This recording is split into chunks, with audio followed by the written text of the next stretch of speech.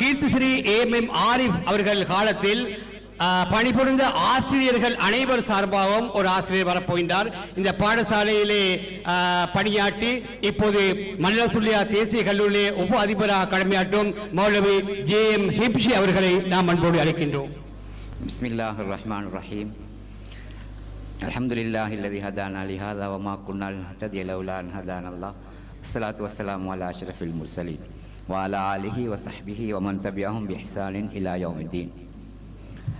இந்த மேடையிலே வீட்டிற்கும் அனைத்து பிரமுகர்களுக்கும் அதே போன்று ஆசிரியர்களுக்கும் அதிபர்களுக்கும் ஊர் மக்களுக்கும் விசேட அதிதிகளுக்கும் அஸ்ஸலாமு அலைக்கும் வரஹ்மத்துல்லாஹி வபரகாத்துஹு. பல நீண்ட உரைகள், பல நீண்ட புகழ்ச்சிகளின் பின்னால் ஆரிஃப் அதிபர் அவர்களுடைய காலத்திலே இந்த பாடசாலையிலே சேவை செய்த ஒரு ஆசிரியருக்கு ஒரு சந்தர்ப்பம் வழங்க வேண்டும் என்ற அடிப்படையிலே எனக்கு இந்த சந்தர்ப்பத்தை வழங்கிய ஏற்பாட்டு குழுவினருக்கு நான் நன்றியை தெரிவித்துக் கொள்கின்றேன். நீண்ட நேரம் நான் இந்த உரையை எடுக்கவில்லை. விசேஷமாக ஆரிஃப் அதிபர் அவர்களுடைய நிர்வாக அமைப்பு, அதே போன்று அவருடைய தலைமைத்துவம், அவருடைய ஆளுமை பண்பு, விசேஷமாக பன்மைத்துவ ஆளுமை அவருடைய, அதே போன்று அவருடைய மொழியாற்றல் எல்லா துறையிலும் எல்லா மொழிகளிலும், இவைகளை நிறைய இந்த இடத்திலே பேசியிருக்கின்றார்கள்.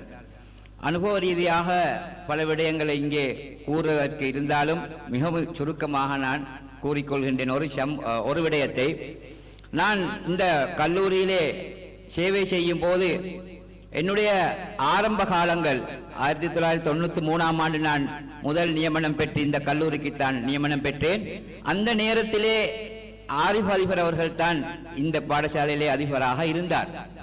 எனவே நான் ஊரில் இருக்கக்கூடிய ஒரு ஆசிரியர் என்ற வகையிலே எப்படியாவது ஆரிஃப் ஆசிரியருக்கு முன்னால் அந்த புத்தகத்திலே கையொப்பமிட வேண்டும் என்ற ஆசையும் போட்டியும் எனக்கு இருந்தது.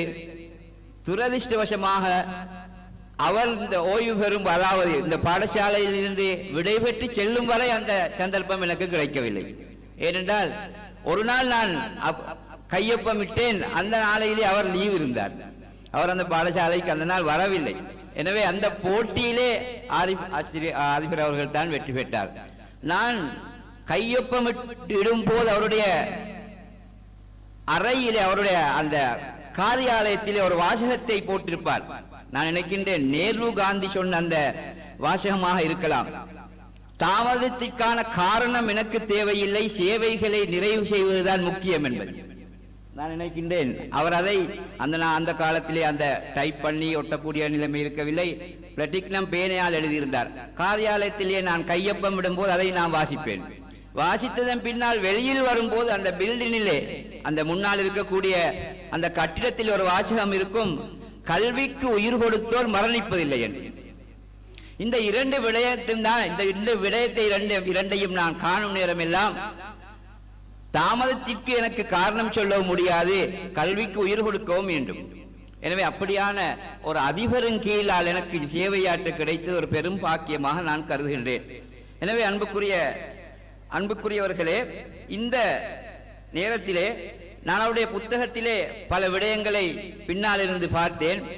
எனவே அவரை பற்றி நிறைய பேசியிருந்தார்கள், அவரை பற்றி நிறைய புகழ்ந்திருந்தார்கள். எனவே அவருடைய காலத்திலே இருந்த ஒரு ஆசிரியர் என்ற வகையிலும் இந்த இடத்திலே பல ஆசிரியர்கள் என்னுடன் சேவை செய்தவர்கள் இருக்கின்றார்கள்.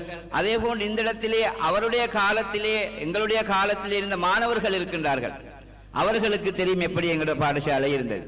எனவே அவர் சிறந்த ஒரு அதிபராகவும் சிறந்த ஒரு ஆளுமை உள்ளவராகவும் இருந்தார் என்பதை நான் கூறி மிகவும் சுருக்கமாக இந்த உரையை நான் முடித்து விடைபெறுகின்றேன். அஸ்ஸலாமு அலைக்கும் வரஹ்மத்துல்லாஹி வபரகாத்துஹு.